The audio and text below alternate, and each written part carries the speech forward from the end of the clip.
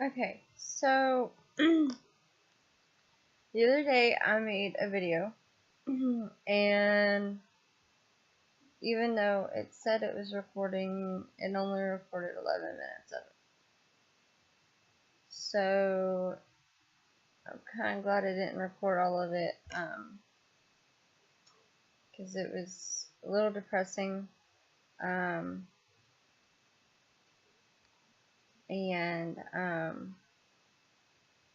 but on the flip side, I'm kind of hoping it still records this one. So the last one, I probably could have cut like 15 to 20 minutes out because I hadn't watched my last ones before I recorded. So I kind of went over some things. So I went back through and watched the latest videos. So just to kind of recap, pretty much, I went back to see the U of L neurologist, and she explained to me, I don't know why the neurologist at the Mayo Clinic could not explain this to me. Had he explained this to me, then I wouldn't be in the situation that I'm in right at this moment, and I'll get to that in a minute. Had he explained this to me, and this is all he had to explain, the cyst is not a cyst that when you're a baby, your head forms. That's why they tell you to roll your baby's head, and not to get kind of explicit, but when me and Andrew shower together, we make fun of how round my head is, because my mom, when I was a baby, my mom and my grandma were very, very cautious, especially with the soft spot that I got from the heart monitor from when the doctor messed up when I was born. My mom and my grandma were very cautious to make sure that they rotated me and my head. And so I have like a perfectly round head. That's why I like bandanas and those stretchy bands that you see girls wear. They fall off my head really easily. So it's the joke when we shower together, like it bounces off, the water bounces off my head straight into his face. So anyways, so everybody's head's shaped differently. So everybody has a void in their head, okay? And when I say void, I don't mean like what I was thinking was the way he was explaining it to me. I was thinking void, like this big massive void in my fucking head. That you have empty space where fluid free flows through, which I knew that, but the way he just left it at was that I had this fucking cyst out of nowhere, and he didn't explain it any further. And he just simply said that since it wasn't squishing on anything, making anything squish, because even though it was touching stuff, it was fine. He said that since it wasn't making things squish, then it was fine. He didn't elaborate any further.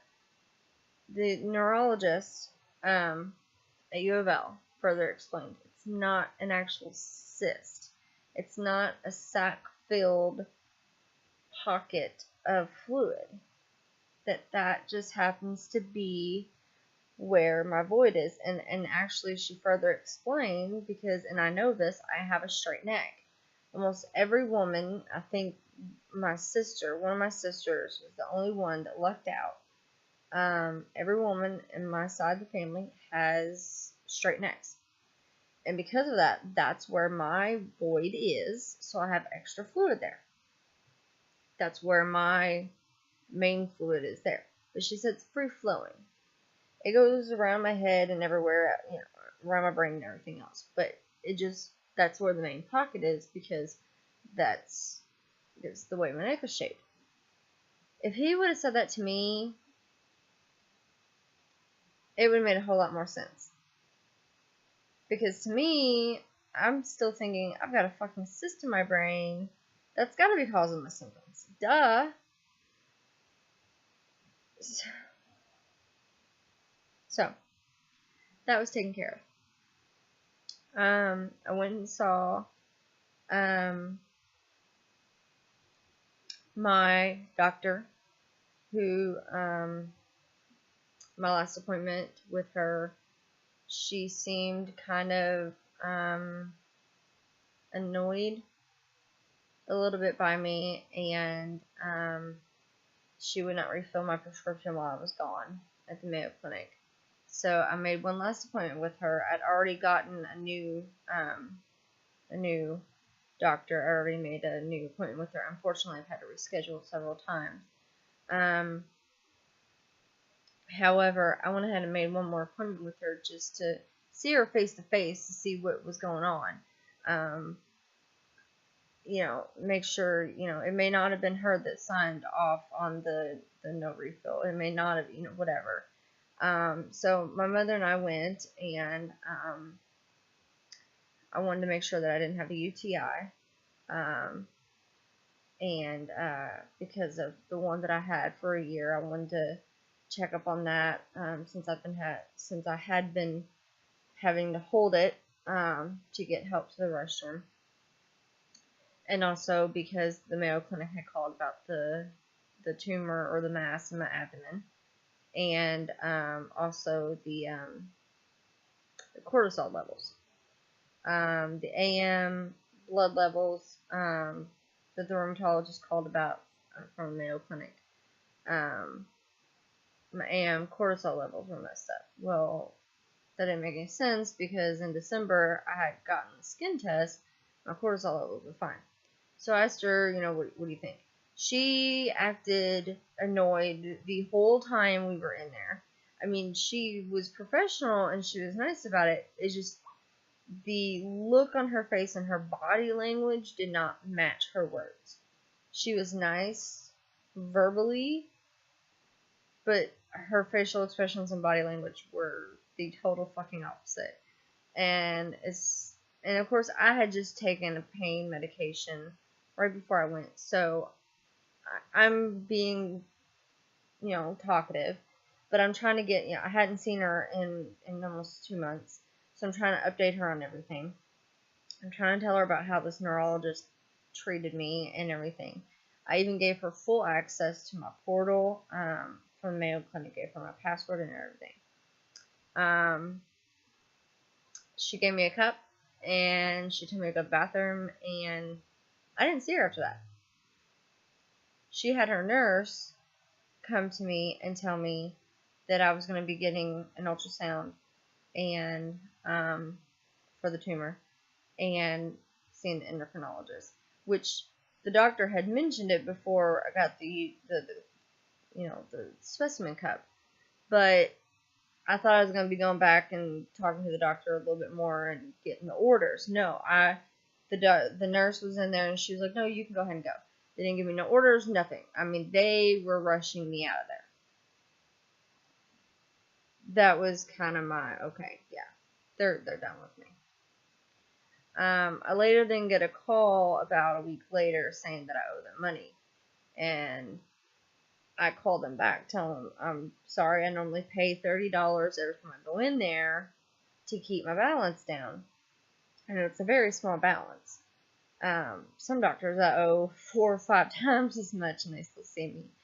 And that was the only time I hadn't paid. And I explained to her whenever I signed in, because she was used to me paying. And I explained to her when I came in, I said, I'm sorry, I don't have a payment for today. Because today was kind of a random type deal. I wasn't expecting coming in. And she was like, oh, that's okay, da da da, Well, then I get a call from billing and yada, yada, yada. And by the time I get a hold of them, they've already dropped me as a patient. Well, obviously they were going to drop me anyways. So, whatever. And it actually worked out because when I went to U of L rheumatology, they gave their diagnosis to my primary physician, which at the time was her. So I'm glad that I had to reschedule my new primary physician. Otherwise, the diagnosis they gave me would follow me. And that diagnosis is fibromyalgia. And let me tell you how they came up with this conclusion. And again, fibromyalgia is not a diagnosis. It's a symptom. But anyways, let's go to fairy magical world and pretend that that it is a diagnosis, because that's what doctors like to do. So let's pretend. Okay. I go in there, and the whole reason why I'm seeing this rheumatologist is because the other rheumatologist was not taking care of me. He was not listening to me. He any question asked, he would let me answer it, but he would hear something completely opposite of what I would say. And it's like he didn't understand me. It was very frustrating. And he pretty much told me, and I even explained it in one video, he pretty much told me there's no such thing as autoimmune diseases. I know it's not what he meant, but the way I explained things to him in my question, and the way he explained his answer, he pretty much said there's no such thing as autoimmune disease. Is what he said to me. So, and he kept saying that he was going to do a bone density test. He kept saying that he was going to do a rheumatoid test. He kept saying that he was going to do this test and this test, and he never did. But for some reason, whenever the medical assistant would come in, she'd say, "Oh, did you go get this test?" I'm like, "No, I was never told to get this test." "Oh, well, I see this test was done." "No, but I never went and got that lab done." So now I've got to go investigate, because when I went to U of L rheumatology, he goes by the old rheumatologist's paperwork. The whole reason why I went to the new rheumatologist was to get away from the old rheumatologist. And I even explained him that. I explained it to him that I did not like the way I was being treated. I did not think that I was being treated properly, and that's why I was seeking a second opinion. He starts talking like that I was negative for this and negative for that and negative for that. I'm like, what the hell are you talking about? Because the only thing he tested me for was the ANA. He retested me for because I was slightly positive from another doctor, and that's how I got referred to the quack. And then I was negative. I said, other than that, he only did routine labs and a couple other labs that are not what you're talking about. And I even started to grab them out of my book. I said, I have his labs right here. I don't know what you're looking at, but I have every lab that he's run on me, because I've only gone to Floyd Memorial for my labs, and I have my portal. So I have every lab that he's ever run on me. So if you have something different, then you have false documentation, and I need to look into his records and see what needs to be done. Because somebody wrote something down on his end that didn't need to be written down.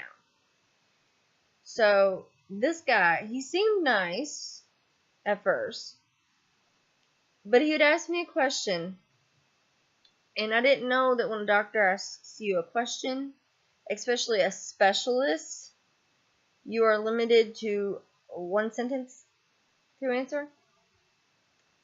And we have in my family what is called Aunt Pam syndrome, or, to my mom and, the elders, Pam syndrome, where, you know, when you're talking and somebody tries to cut you off, you continue talking, and if they try to still talk, you talk over them and continue your point.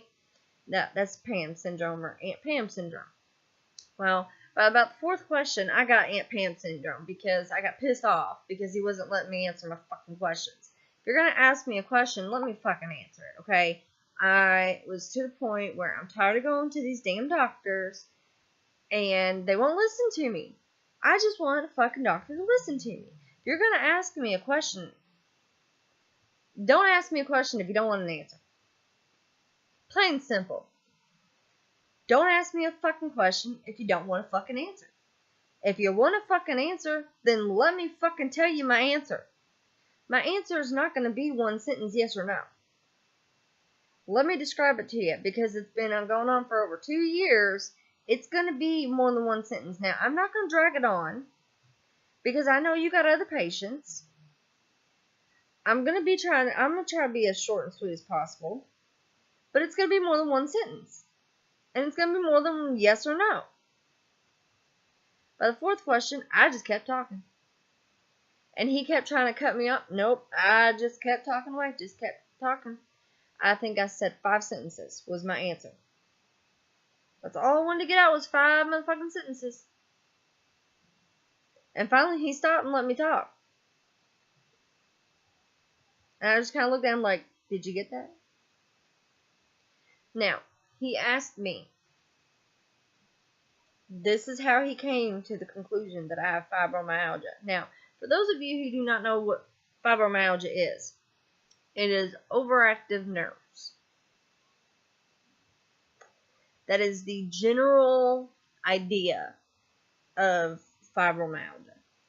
It can cause oversensitivity, hypersensitivity to hot and cold. It can cause chronic pain, fatigue, whatever have you. But there's a lot of things that it cannot cause because it's just nerves. And I've been on nerve medication before, and it didn't work because I don't have a nerve problem. The only nerve problem I have is with my sciatica. And I know what causes that. And when that happens, I know how to manage that. So, anyways, and the nerve pain didn't even help that either. So, anyways, so he asks me, this is how he comes up with the diagnosis of fibromyalgia.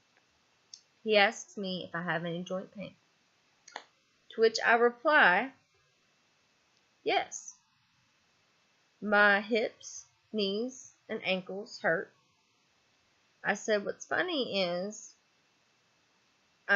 he asked me if I had any swelling. I said, well, I can't really tell on my hips because I've gained weight. I said, my ankles do swell on occasions. I have noticed. My feet don't. But I've noticed my ankles swelling on occasions, even when they're up. I said, but what's funny is, on my knees, I said I have an old injury to my right knee. And it used to swell up every now and then. And sometimes it gets so bad, I would have, it wouldn't go down. I'd have to go get it drained. I said, but it's not done that in a very long time. And it's not swelled up like that. I said, however, my left knee now has been giving me problems. And it swells. Humongously. I said, I mean, it's you can tell. You can tell it's swollen quite more than the other. I said, so if the right one were to be swollen at the same time, I wouldn't be able to tell because of the left one being so much more swollen. And then I said, and then my shoulders hurt. I said, but that's muscular, I believe, because my muscles will swell with it. I said, as far as my elbows and wrists, I said, you know, I have weak wrists, but I said I have carpal tunnel. you know, and I was like, I've always had a weak grip anyways, especially after a 2008 wreck. So, you know, yes, I have joint pain.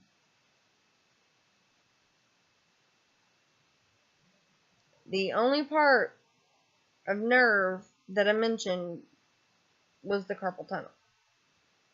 Keep that in mind. The rest would point a logical doctor to rheumatoid arthritis, from what I've said so far. Now keep in mind, I've not had a rheumatoid test, even though the rheumatologist that I first saw kept saying from my first appointment that was the first test he was going to run, and he never did. So I'm wondering if that's in my file. So I need to be getting my file from them, because I had just had them fax it over to them. So I need to be getting a copy of that. So then he asked me, do you have any hair loss? And I said, actually, matter of fact, I do. I said, that's why I bleached my hair. I said, for the past 2 years, it's been getting progressively worse. I said, however, I said, within the past 6 months, I said, I've been getting actual bald spots. I said, that's why I bleached my hair, to kind of blend it in, and I wear a bandana almost anytime I step foot outside. Especially when my roots are growing out, because then you can really tell. I said, not only that, I said, where I used to get made fun of for my sideburns. I said, they've lightened up. I said, my eyebrows, I said, I've almost stopped plucking. I said, I plucked the rogue ones down here. I said, but my eyebrows have thinned out and lightened up. And I told him I could show him a picture just from a year ago where my eyebrows were a lot darker and even thicker. And I don't mean like thicker. I mean like thicker, like just throughout here. I don't mean from, me plucking. I mean just, where they were thicker. And I told him, even some of my eyelashes I've noticed are turning like a blondish color. And even my mustache that I regrettably had to admit that I don't seem to have to deal with as often. I'm losing hair. My facial hair and hair on my head is lightening and thinning, and yeah. And it's getting progressively worse quicker. After that question, he asked me where my pain is and how bad is it. And I said, well, in my back and my ribs. I said, it's very painful. I said, it's nonstop. I said, even with the pain medication, it's nonstop. I said, the pain medication makes it tolerable. I said, without the pain medication, I said, honestly, I said, before I started going to pain management, it was at a constant 5. And I said, you know how they have the 1 through 10 scale? Mine should be a 1 through 20.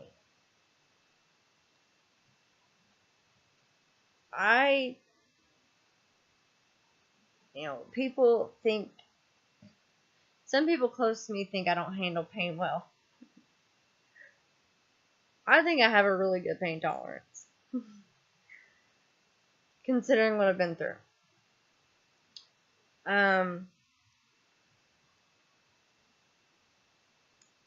Again, I'll get to that in a minute. I said, with the tabs, with the pain medication,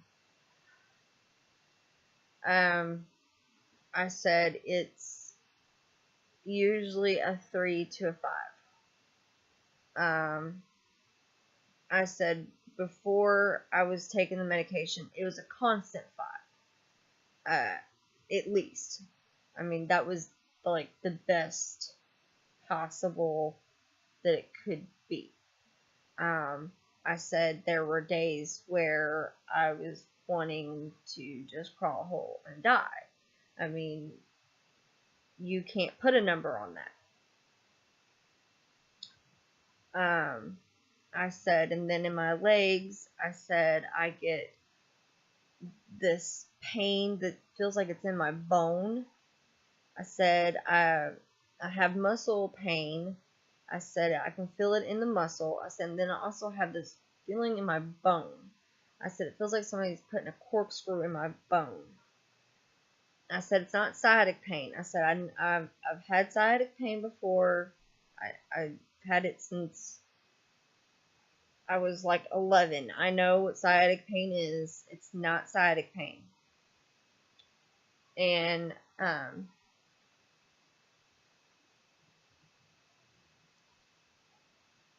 I told him about all that. So he asked me a few more questions. I don't remember exactly what they were. But my joints hurting, my muscles hurting. Oh, I told him about my muscle spasms and about how my muscles will swell and how I've had muscle spasm attacks and contractions and stuff like that, and how I'm even wondering now if my teeth rotting is part of this disease and it just started earlier. I said, and then I have where, it's like something's going through my body and going from system to system, from organ to organ, and messing with stuff. And sometimes it'll put it back the way it was, but sometimes it won't. And he said, well, what do you mean? And I said, well, I had hypothyroidism, and then I didn't. I said I had high liver enzymes so bad to where I had to have a HIDA scan because they were getting ready to take the gallbladder out. I mean, they literally thought my gallbladder was like getting ready to fucking rupture. And then all of a sudden it was fine. And they were like, oh, well, it could have been because you were sick or because you were on this medication or both. They always, after, they act like everything's serious. They're like, oh, it was probably just this, that, yeah. And then just play it off, yeah. And then, not being able to use my leg, and then my leg being fine, and then not being able to use it, and then being able to, just that, and then the hypertension, and the hypotension, and then being fine, and then the hyperthyroidism, and then it being fine, and then the tachycardia that unfortunately has stayed. I now have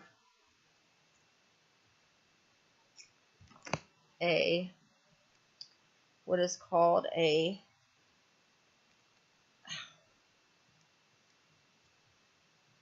an itty bitty little incision.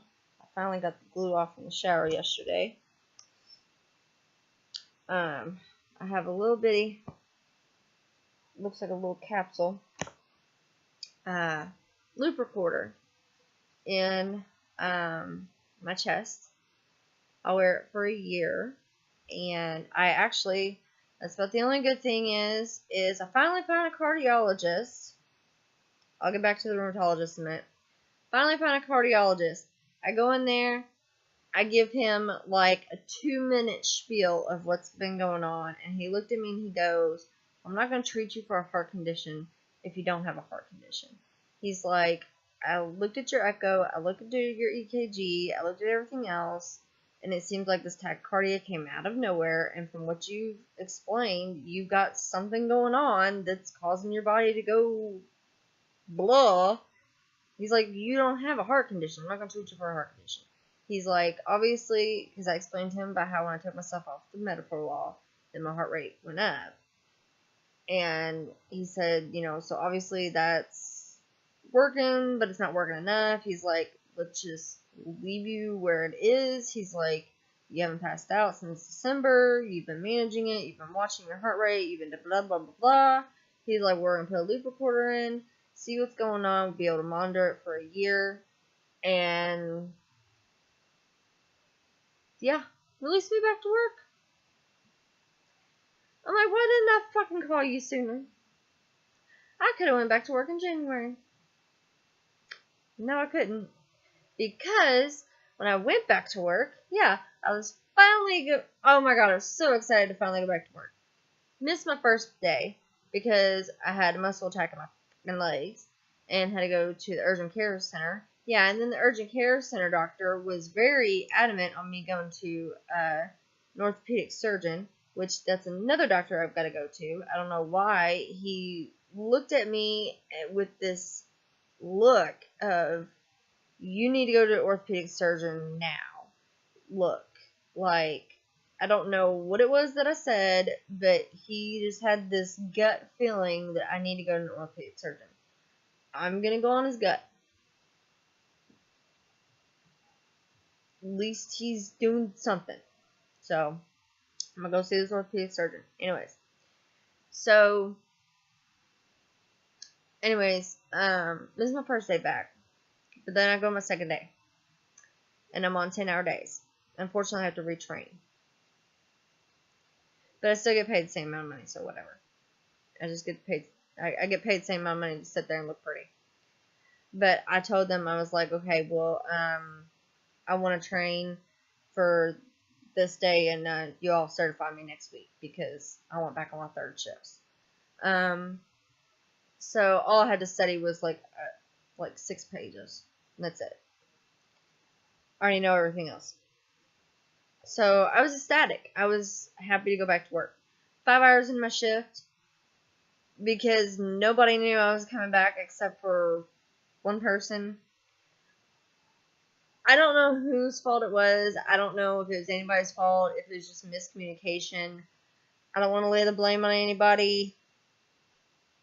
I don't know what happened. The leave of absence that I was never put on, they couldn't take me off of.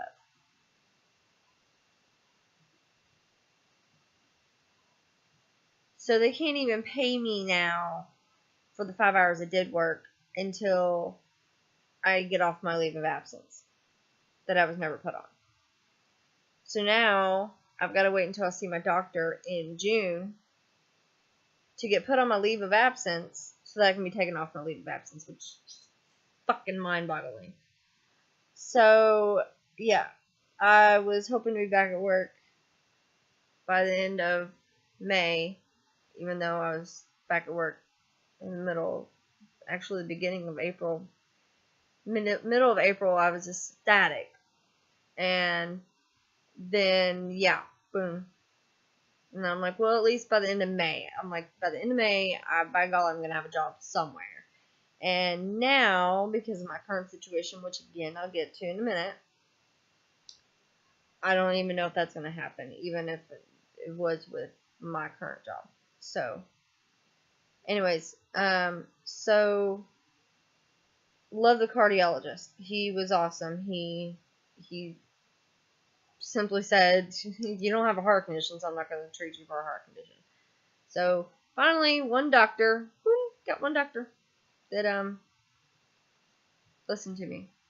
And then the urgent care doctor, so that's 2.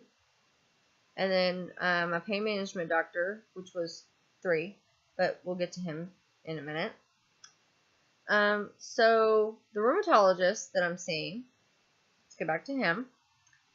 After telling him that I'm losing my hair and I have joint pain and that I have muscle spasms and muscle swelling and yeah, he tells me, he grabs my hand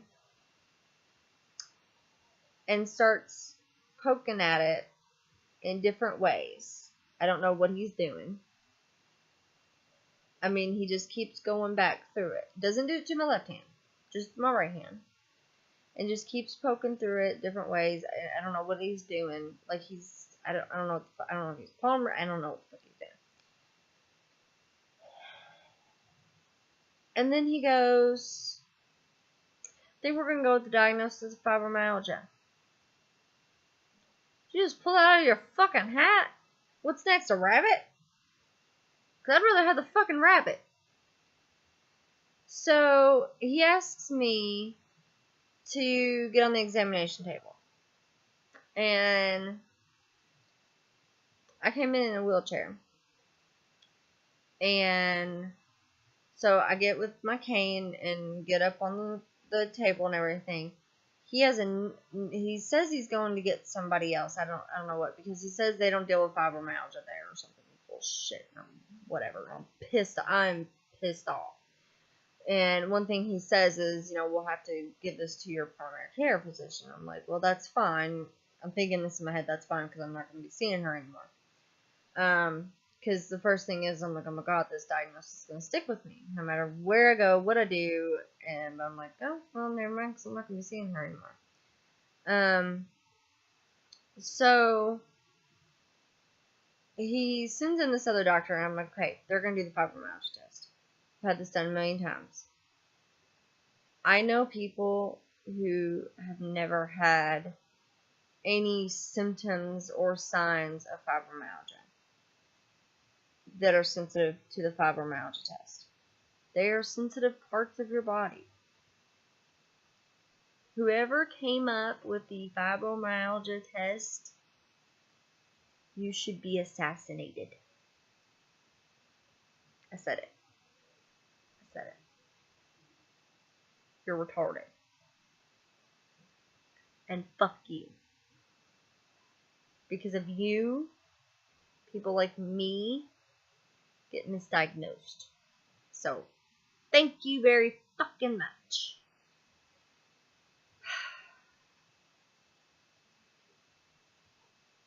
I hope whoever it was that came up with that test is still alive. I'm gonna Google that. I'm actually gonna Google that. Who came up with that test? Because I hope they're still alive, and I hope they come across this video one day. Fuck you very much. Okay? I know people who do not have any signs or symptoms of fibromyalgia who are healthy as a fucking horse, and they are sensitive to every one of those fucking spots. What it is, for people who don't know what the fibromyalgia test, they poke you in, I don't remember how many different spots it is, but they press on different spots of your body. And if you're sensitive or tender, or if it hurts, in so many out of so many of those spots, then you have fibromyalgia. I know people who do not have fibromyalgia, who are healthy as a horse, who do not have any signs or symptoms of fibromyalgia, who do not have any signs or symptoms of anything, and they say that those spots hurt. They're tender parts of your body. Duh! So, if you are the person who came up with that test, go fuck yourself. Hard. Please. Because of you, people get misdiagnosed. Because fibromyalgia is not a disease. And then people like me, who don't even have symptoms of fucking fibromyalgia, get diagnosed with fibromyalgia. Anyways, he comes in there, I'm thinking, okay, he's going to do the fibromyalgia test. Had it a million times. I'll fake my way through it. And so I'm thinking he's going to do this test, and I'll just pretend like it doesn't hurt. So he will say, oh, no, you don't have it. Or something. Instead, he pushes on the inside bend of my elbow. Which, I'm pushing on it. It's not tender. I don't know why he did that. He did it on both the arms, and that's the only place he pushed. And he asked me if that hurt. I said no. And he said okay. That was the only thing. They didn't examine me any further. That's the only thing they did. And I have fibromyalgia. So that was a bust. That was a wasted fucking appointment for nothing. I was livid.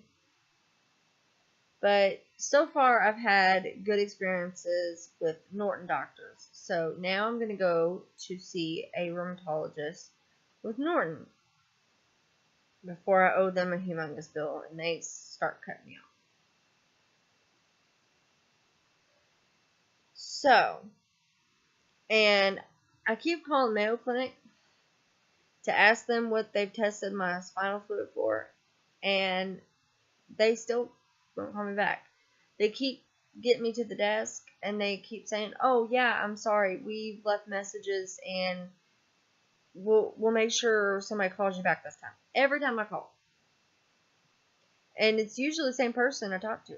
"I'll make sure somebody calls you back this time. I promise." No, they never call back.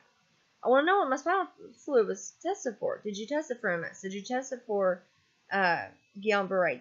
What did you test it for? And on the report, it just says that it was clear. Clear and not cloudy.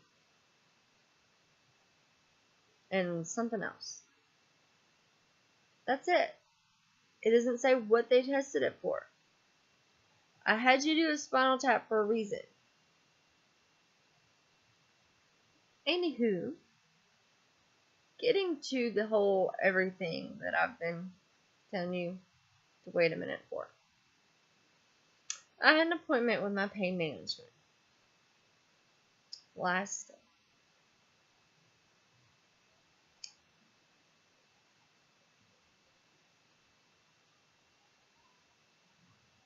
I don't remember what day. Shit. It's last week. I want to say Tuesday. And I found out several things. For one, I called ahead of time because I couldn't remember my last visit because they don't see me. They give me 2 prescriptions and then I have an appointment. So I see them and then I go 2 months without seeing them. So it's hard for me to remember, especially since I suffer from memory loss and shit like that. It's hard for me to remember what they may say to me in passing as I'm leaving. I couldn't remember if she said that I needed to pay a certain amount of my balance off my next visit. And I'm thinking, they opened at 7. My appointment was at like 9:30, 9:45. 9:45. And I'm thinking, if I start calling them at 7:30, somebody should be able to have enough time to answer the phone and tell me whether I need to come up with $30. I can call somebody and get $30, borrow $30. They don't call me back until not even 5 minutes before my appointment. I'm literally getting ready to pull up to the pain clinic. And she tells me that my insurance is now saying that I have a $30 copay. So not only do I need to pay $30 on my bill, I have a $30 copay.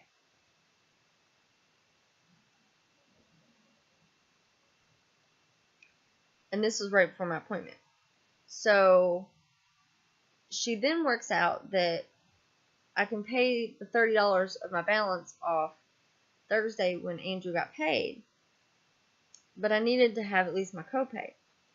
I'm like, well, this is why I started calling you all an hour and a half or so before I started even coming in, because that way I'd have time to borrow the money. And I was like, and this is the first time I've had a copay. I never knew I had a copay with you all. And I don't have time to borrow money from somebody. That takes time to make phone calls. I mean, and if it's somebody that can't transfer the money to me, on, the app that I have, I'd have to go get the money from them. I mean, that's going to take time. Then she tells me my doctor who was the only doctor so far to make the connection that I have muscle pain and not nerve pain, so therefore I don't have fibromyalgia, is no longer there. Dr. Ames. One of the only ones to understand me. So now I'm back down to 2 doctors. And one of them was an urgent care doctor, so really I'm only down to 1, which is my cardiologist. So they have 2 doctors there, and one of them supposedly is only there part-time. Oh, and they're closing down for a week, which happens to be, I'm pretty sure, this coming week, because they're moving to New Albany, which is awesome because I don't have to drive Jeff, but it really sucks because they're closed for a week. So the next appointment they could get me in was June 13th. A whole nother month. Now, I started freaking out. So I started taking my pain medication very sparingly, and even went a couple days without taking it, and realized how much worse my pain has gotten since I started going pain management, and realized why, even with the pain medication, I'm still in so much pain. I would not wish that pain on my worst enemy. That Thursday, my mom takes me down there because I'm in a wheelchair. I'm at the point where I can't walk. I mean, I was in so much pain. Because at that point, I mean, I was trying to make them last as long as I could. And I said, I want to pay $30 for my balance. And I said, I want to pay $30. While I have the money, I want to go ahead and pay you all a copay. That way, as soon as somebody cancels, I can just rush right in here and get in here.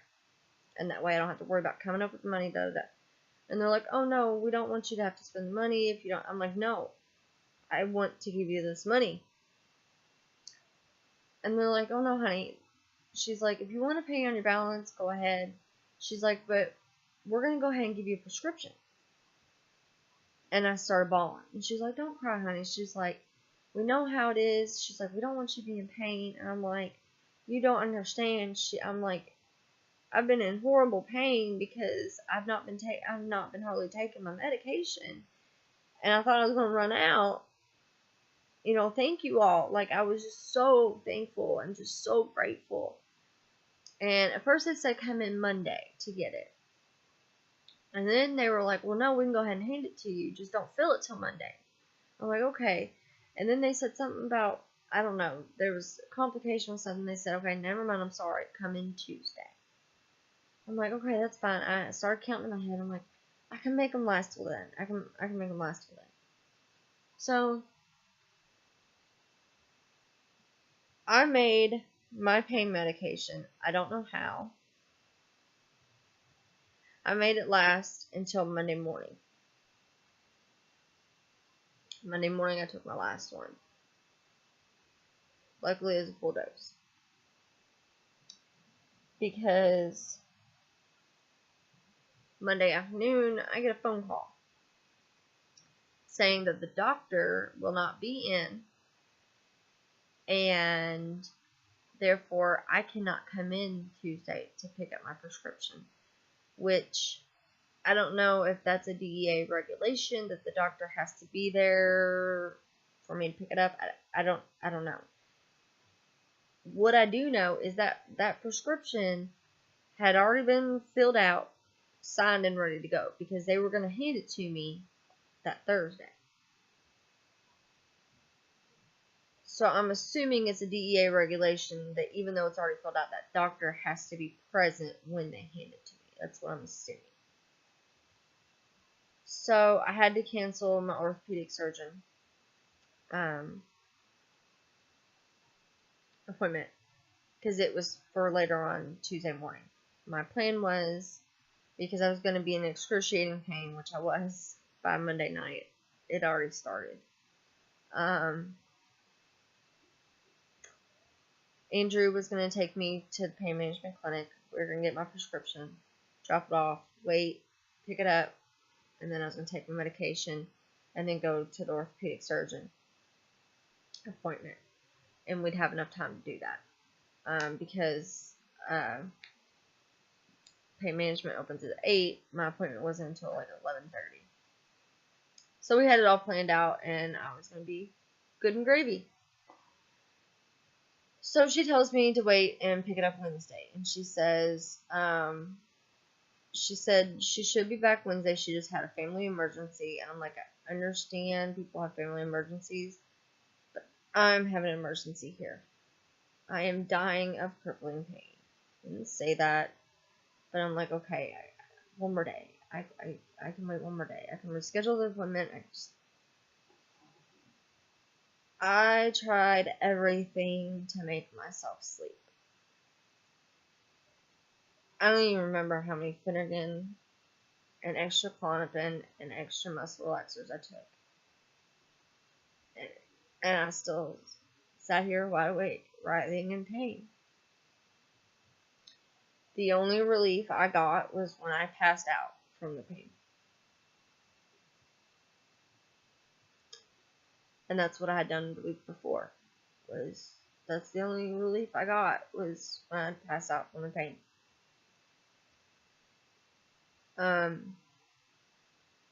So Wednesday morning, I get up. Andrew helps me up, and because at this point I'm totally, my back and everything, I can't support my weight hardly at all. Just the pain, it feels like I've been crushed. He helps me get a shower and everything, and I was stupid. I should have just went up there. Maybe they would have changed their mind if I would have went up there. I called up there to make sure the doctor was there before I killed myself getting in the car and going up there and everything. But hindsight, I'm almost like, I wonder if they would have changed their mind.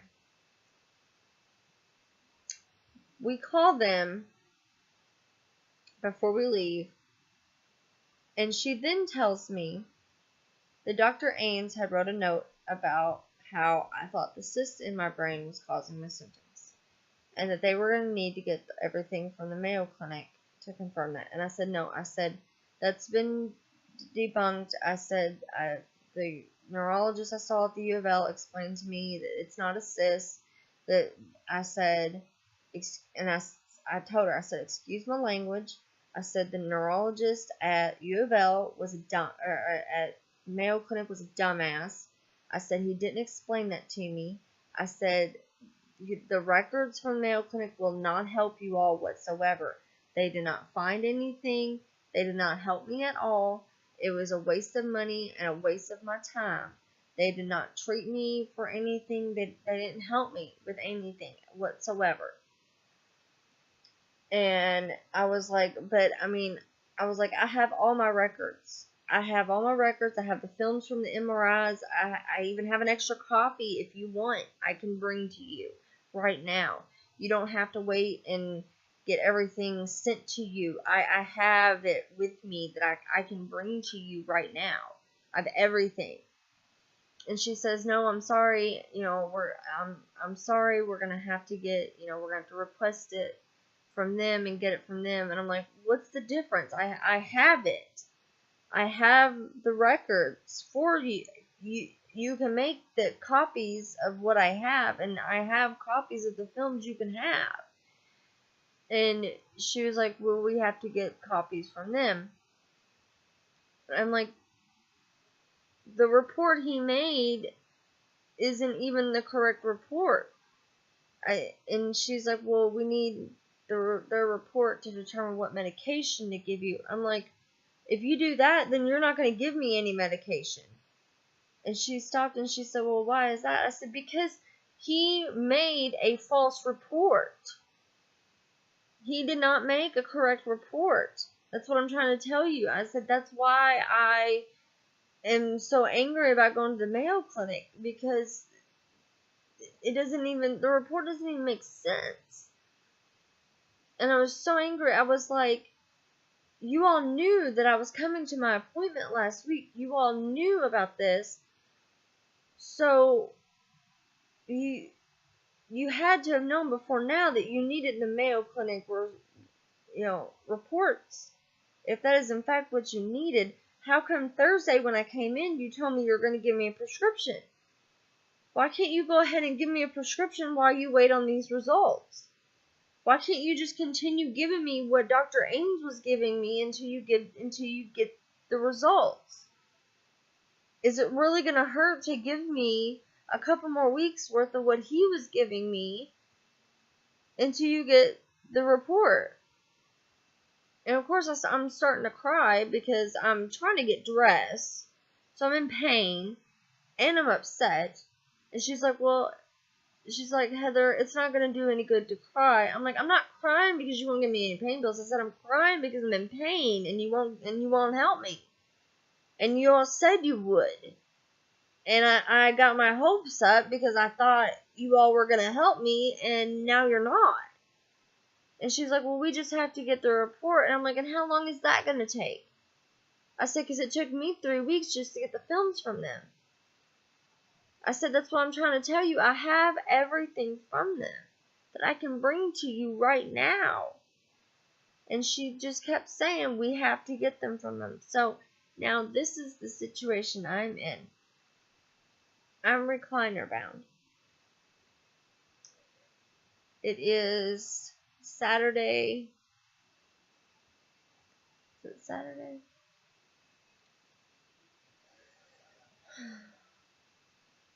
Yeah, Saturday, May 14th.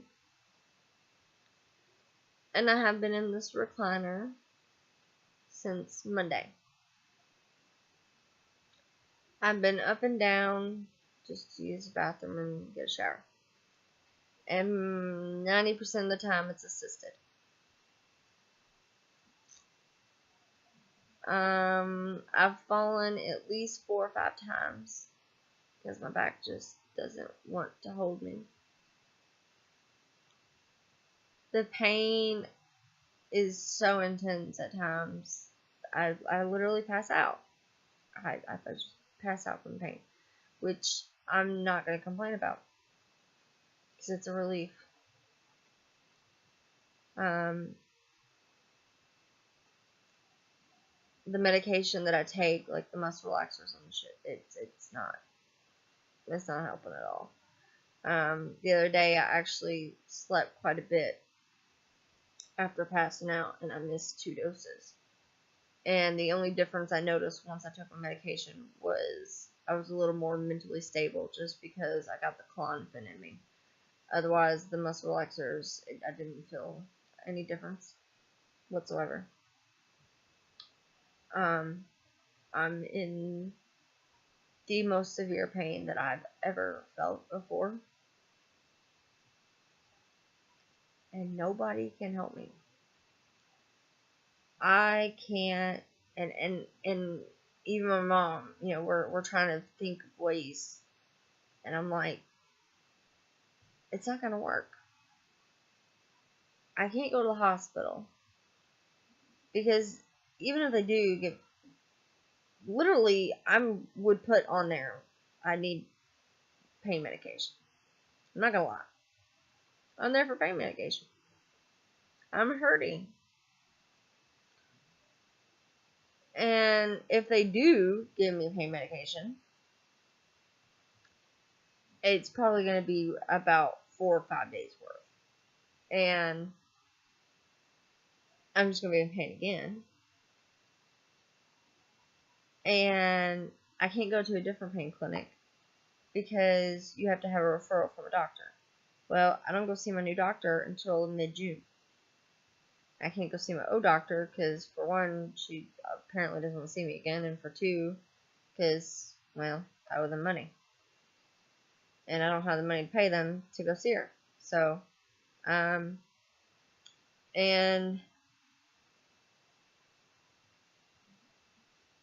I can't.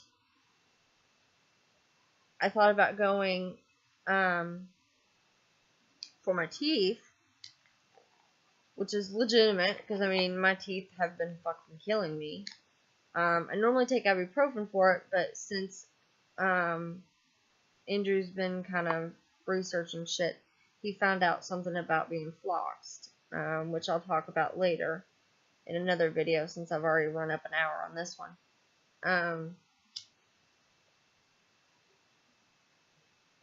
I'm trying to avoid NSAIDs for now, just in case that is my situation. So I haven't even been taking ibuprofen for my teeth, which ibuprofen doesn't help with the pain anyways. So in case you're all like, well, dumbass, why aren't you taking ibuprofen for your pain? Because it doesn't help the pain. The only pain it helped with was my teeth, and that was just barely, so there's no point, especially if the fluoxetine or whatever it is the issue, because then it would just make the pain worse. So I thought about going to the dentist or to somewhere and showing them my teeth and saying, you know, I need this, and can you give me something for pain? But then when I go to the pain clinic, and first thing they ask is, you know, have you gotten pain medication from somewhere else? I would have to answer yes, because I'd have pain medication in my system if I did. And if I lied to them, even if it had been a while, you know, even if I didn't have it in my system and I lied to them and said no, I didn't, and they happen to find out, then they're going to kick me out. If I tell them the truth and tell them, yeah, I went to the dentist because of my teeth, they're going to know I did that on purpose because I was hurting, and they're going to kick me out. So, either way, I'm fucked. So, I was hoping by yesterday at 3:30 when they closed, I would get a phone call saying, you know, come get a prescription, we're not going to be able to figure out anything before we move, so we're going to go ahead and write your prescription to get you through. No, they didn't. And I called, and the receptionist sent me to a voicemail, and I did not get a call back. So,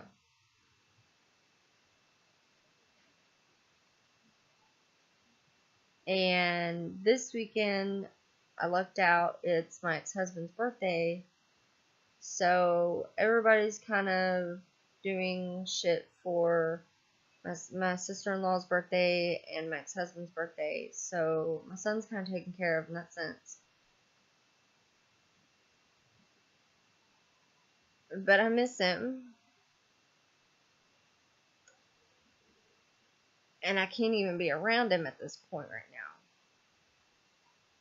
I mean, because I can't even stand up with, I can't stand up without looking like I'm getting ready to crumple over. So, I don't want him to see me like that. So, that's my biggest issue right now, is trying to figure out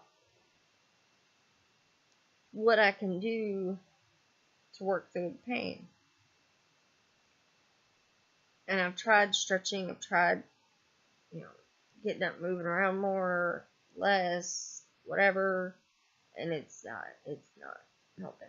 Now, I mean, I am in less pain than, you know, a couple days ago, but I'm still in constant pain. And there's sometimes it gets worse all of a sudden for no reason. And then I had a new symptom the other day where I felt like I was on fire, and I don't mean like my skin. I mean like I got hot all of a sudden. It was like my hormones. I got hot all of a sudden, even though my mom said she was freezing. I took the blankets off me, and I started sweating. And we were talking for about an hour, and all of a sudden I started fainting myself. And then all of a sudden I couldn't breathe. Like, I felt like I was in a sauna. And to clarify, it wasn't like a nerve issue. Like, it wasn't like my skin was on fire.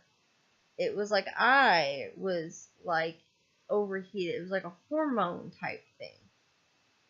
And my mom went into the freezer and grabbed a handful of ice packs. And I mean, I stuck them underneath my arms, underneath my tatas, in between my legs, on each side of me, on my chest, and one on my neck. And it didn't faze me to put the ice there at all. And I was still sitting there sweat. I mean, sweat was just, I was sweating. And she turned the air on even more. I mean, she was freezing. And she touched my feet. She said, "Your feet are freezing." And I said, "The weird thing is I can tell my feet are cold, but I can't feel that they're cold." I said, "I know that makes absolutely no fucking sense whatsoever." I said, "But I feel like I'm in a sauna." And it took almost 15 minutes of me being on ice. And we took my temperature. It was 98.2, which for me is a slight raise in temperature, but it's normal. So, mine just normally runs in like the high 96s, low 97s normally. But still, I would have expected it to be like in the 103s for it to do that. My temperature was normal. I took it twice to be sure. With 2 different thermometers. And yeah. And just 15 minutes of the ice being on, I had melted the ice packs. Like they were completely melted and more. Like, completely. I don't know what that was. And then about 15 minutes after that, I was fine. And then I started feeling cold. And I started to turn the heat on. I don't know what the fuck. Anyways. I'm already bringing up for a long time in